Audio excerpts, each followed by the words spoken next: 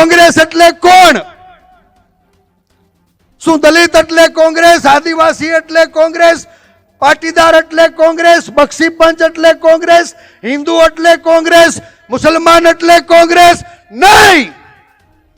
ખબરદાર, જો કોઈ જ્ઞાતિવાદ, જાતિવાદ, કોમવાદની વાત કોંગ્રેસના મંચ ઉપરથી કરી છે તો આ સંદેશો આપવાનો દિવસ, એનું નામ આજનો સંકલ્પ દિવસ.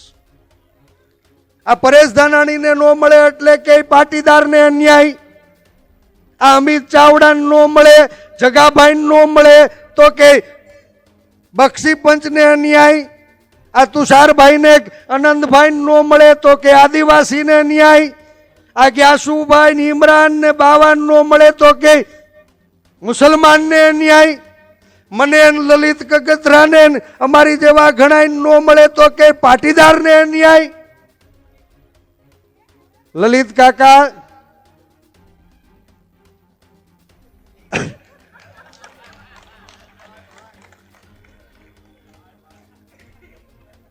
આપણે હવે હારે મળીને આ ફેરે સંકલ્પ કરવાનો છે કે આપણે આ પટલાઈમાં તો બધું ગયું, હવે કોંગ્રેસ સરદારને શોધી રહી છે. સરદારને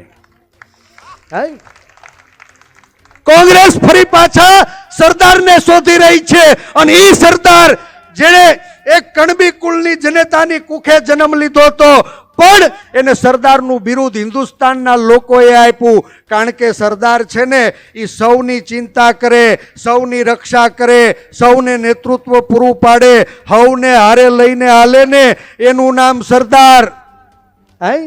સરદારી ગુજરાતનું ગૌરવ છે.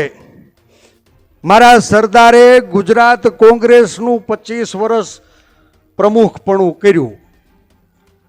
સરદાર પટેલ 25 વર્ષ કોંગ્રેસ પક્ષના પ્રમુખ રહ્યા, ત્યારે ગુજરાતમાં કોઈ આદિવાસી, દલિત, બક્ષી પંચે એમ ન કીધું કે આ પટેલે 25 વર્ષ પ્રમુખ હુકામીને બનાવ્યા.